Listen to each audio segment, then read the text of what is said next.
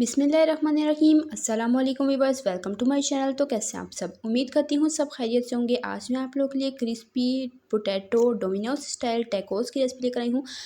Taco के लिए जो टॉर्टिला तैयार की जाती है वो भी हम घर पर तैयार करेंगे और ये हम आलू से बहुत ईजी तरीके से तैयार करेंगे। लो कॉस्ट रेसिपी है लेकिन बहुत ईजी और टेस्टी रेसिपी है। टेस्ट इसका कमाल का है। आपने क्या करना है, रेसिपी को बिना स्किप के एंड तक देखना है। चैनल पर नहीं है, चैनल को सब्सक्राइब कर लें। अगर आपको टैकोस खाने का दिल चाह रहा है तो आप यकीन करें बहुत कम खर्च में बहुत इजी तरीके से आप घर पर टैकोस ये बना सकते हैं। बनाना नहायत ही आसान है। स्टेप बाय स्टेप आपके साथ शेयर करूंगी। आपने रेसिपी को एंड तक देखना है। रेसिपी स्टार्ट करते हैं। बिस्मिल्लाहिर्रहमानिर्रहीम।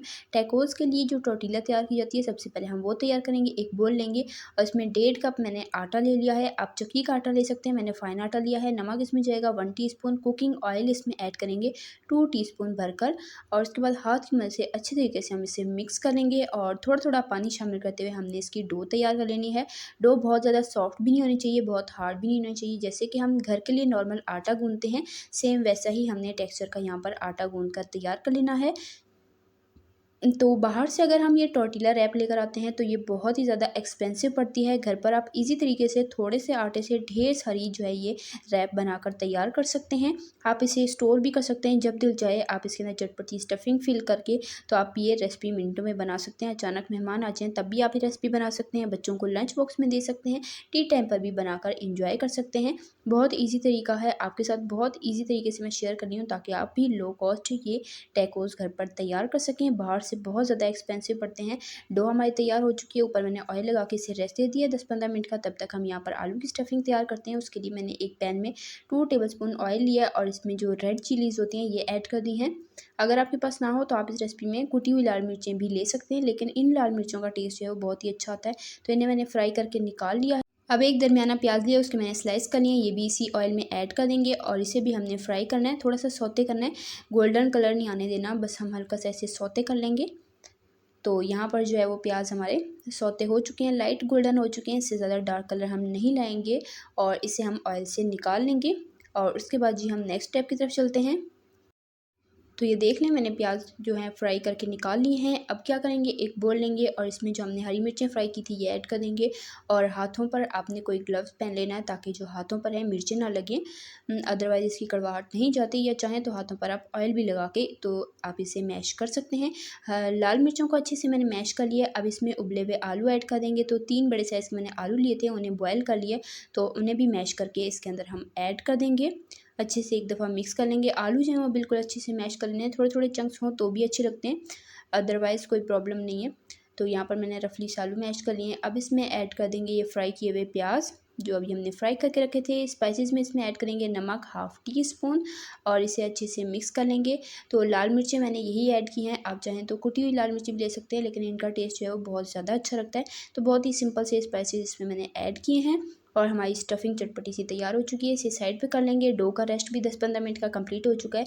इसे 1-2 बार अच्छे से गूंद लेंगे ताकि मज़ीद नीट हो जाए और उसके बाद जी इसके हम छोटे-छोटे साइज़ के पेड़े बना लेंगे। जितने साइज़ का आपको टैको चाहिए हो उतने साइज़ के आप पेड़े बनाकर तो उतनी रोटियाँ बना सकते हैं।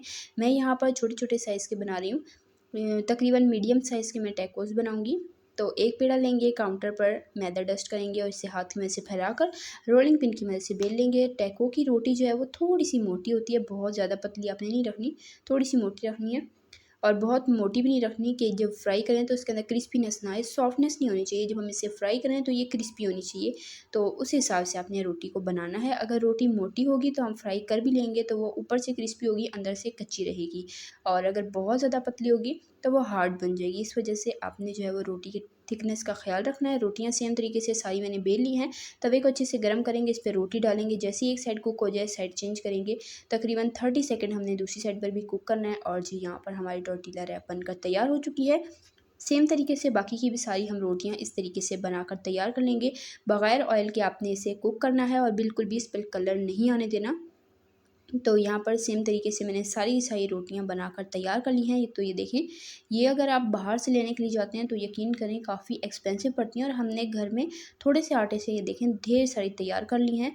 और अगर आप इसे स्टोर करना चाहते हैं तो आपने इन्हें फैलाकर अच्छे से ठंडा कर लेना है। जब ये बिल्कुल ठंडी हो जाए तो आपने किसी एयर टाइट ज़िप-लॉक बैग में डालकर इसे फ्रीज़ कर लेना है। 1-2 महीने तक फ्रीज़ कर लें, बिल्कुल भी ख़राब नहीं होंगी। जब दिल चाहे डिफ्रॉस्ट करें और आप इस तरीके से इसके अंदर स्टफिंग फिल करके तो टैकोस बना सकते हैं। और भी बहुत सी रेसिपीज़ बनती हैं इन रैप से, तो आप इस तरह से बनाकर इन्हें स्टोर भी कर सकते हैं। अब मैं यहाँ पर टैको बना रही हूँ, तो मैंने यहाँ पर इसके अंदर केचप लगाई है और उसके बाद जो हमने आलू की स्टफिंग तैयार करके रखी थी, ये एक साइड पे लगाएंगे और इस तरीके से हम इसे प्रेस करके फोल्ड कर लेंगे। और जी हमारा यहाँ पर टैको बनकर तैयार हो चुका है। सेम तरीके से बाकी के अंदर भी केचप लगाते जाएंगे और स्टफिंग हम फिल करके तो सेम तरीके से सारे के सारे टैकोस बनाकर तैयार कर लेंगे। यकीन करें आप घर पर ये हेल्दी और ईजी तरीके से टैकोस बना सकते हैं। बाहर के एक्सपेंसिव होते हैं और हमें पता भी नहीं होता कि अंदर कैसी स्टफिंग डाली गई है और कैसा टेस्ट है। घर पर आप अपनी मर्ज़ी के टेस्ट के हिसाब से जैसा आपको चाहिए हो आप बना सकते हैं और तैयार कर सकते हैं। तो यहाँ पर पैन में मैंने तकरीबन 1 टेबलस्पून ऑयल लिया, उसे गर्म कर लिया और उसके बाद इस तरह से 2-2 टैकोस आ रहे थे पैन में, मैं तो 2-2 इकट्ठे डालकर फ्राई कर लूँगी। ऊपर से थोड़ा-थोड़ा ऑयल डाल लेंगे और मैं इसे शैलो फ्राई कर रही हूँ, डीप फ्राई नहीं कर रही, अदरवाइज़ स्टफिंग बाहर आ जाएगी। तो जितना-जितना आपको ऑयल कम लगे आप साथ-साथ ऐड करते रहें और इसे इस तरह से टर्न करते हुए आपने कुक करना है। फ्लेम को मीडियम लो रखेंगे, हाई फ्लेम पर कुक नहीं करना, अदरवाइज़ ये क्रिस्पी नहीं होंगे। जितने ये ऊपर से क्रिस्पी होंगे उतना ही अच्छा इनका टेस्ट आएगा। तो यहाँ पर 4 से 5 मिनट लगे थे मुझे इन्हें फ्राई करते हुए। तो देख लें दोनों तरफ से बहुत ही खूबसूरत गोल्डन कलर आ चुका है। इन्हें ऑयल से निकाल लेंगे। सेम तरीके से बाकी के भी सारे टैकोस फ्राई करके निकाल लेंगे।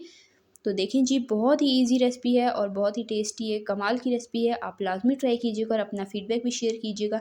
चैनल पे नहीं है, चैनल को सब्सक्राइब कर लें। मैं आपके लिए इस चैनल पर इसी तरह की टेस्टी मी रेसिपीज़ डेली लाती रहती हूँ। सब्सक्राइब कर लें ताकि आप हमारी कोई भी रेसिपी मिस ना करें। सारे टैको सेम तरीके से मैं फ्राई कर लेती हूँ।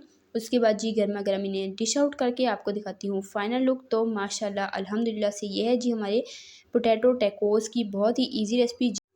अगर आपके पास चीज़ ना हो तब भी आप इजी तरीके से बना सकते हैं। चिकन नहीं है, पोटैटो की स्टफिंग से बना लें, टॉर्टिला नहीं है, घर पर खुद तैयार कर लें और बहुत इजी तरीके से आप ये टेस्ट घर पर खुद इंजॉय कर सकते हैं। बाहर के एक्सपेंसिव टैकोस को आप भूल जाएंगे जब आप इसे घर पर सेम इस तरीके से बनाकर ट्राई करेंगे। यकीन करें बहुत ही टेस्टी बनते हैं, लाजमी ट्राई कीजिएगा।